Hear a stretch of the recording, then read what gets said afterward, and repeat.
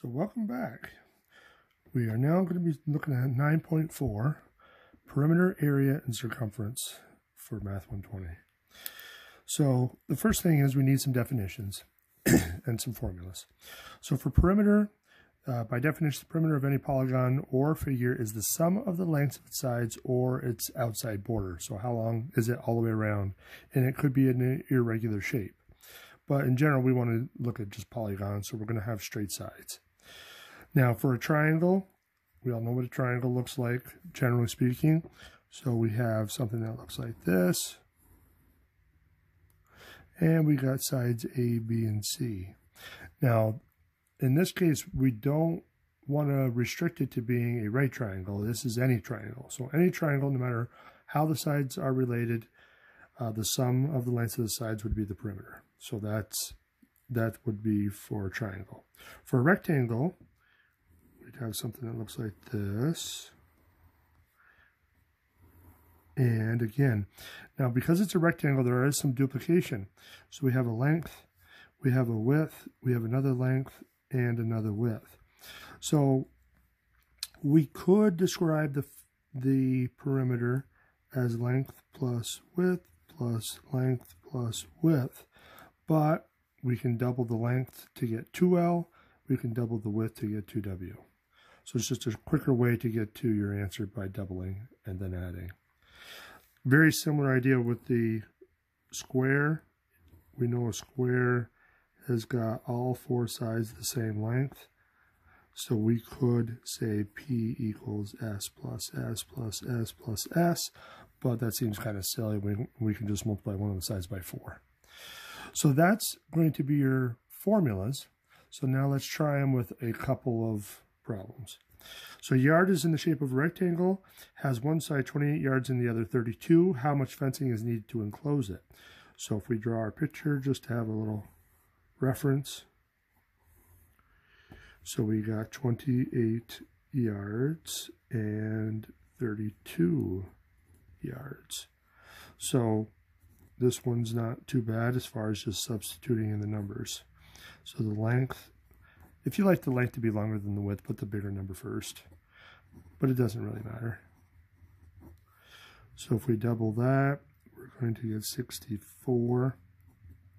We double 28, we'll get 56. Add it together, it gives us 120. And so we have a total of 120 yards of fencing. Similarly, we can do the next one. What are the dimensions of a square plot if its perimeter is 60 meters? Now this one's a little different. We have a square, and they're telling us the perimeter is 60 meters. And they want to know what the side is. Now the biggest thing you should always fall back on is the formula. So we're talking about a square, we're talking about perimeter. So there's only one formula that's going to work. Now, the only thing you got to be careful about is where you plug in the numbers. So in this case, they're telling us the perimeter was 60, so we're going to replace 60 there. And now, to get S by itself, we can divide by 4 on both sides. So the side should equal 15 meters. And if they want to put it in dimension form, the dimensions be 15 meters by 15 meters. So that gives us a little taste of that. Let's try a couple more problems. So the next one, stained glass window in the church is in the shape of a square. Okay, so there's bonus. And the perimeter of the square is 7 times the length of a side in meters decreased by 12. Find the length of side of the window. Okay, so let's draw our picture again. So we need a square, and we have all the sides, S, S, S, and S. But now they're describing the perimeter a little bit differently. The perimeter of the square is 7 times the length of a side, which we already designated as S, in meters, decreased by 12. So we got P is equal to 7 times the side, so 7S, decreased by 12, so minus 12.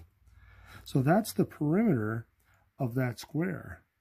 But what else do we know about squares and perimeters? We also know that the perimeter is equal to 4s. So we have this anomaly where we have p is equal to 4s, but we also know that p is equal to 7s minus 12. Well, the only thing to do at this point is realize that they're both talking about the same p. And if they're talking about the same p, we can replace one of those p's with the other expression. So essentially, we're just taking out the middleman and setting these two expressions equal to each other. So that's going to give us 7s minus 12 equals 4s. Now you can flip-flop the sides, it doesn't matter. And so in this case, it's probably going to be easiest if we subtract 7s.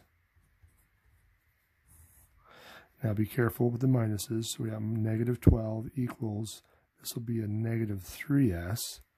So if we divide by the negative 3, the negatives cancel. And so s equals 4 meters. And so we can double check this real fast. If we plugged in 4 for s here, we get 16. 7 times 4 is 28. 28 minus 12 is also 16. So we're good. Now the last one is a triangle.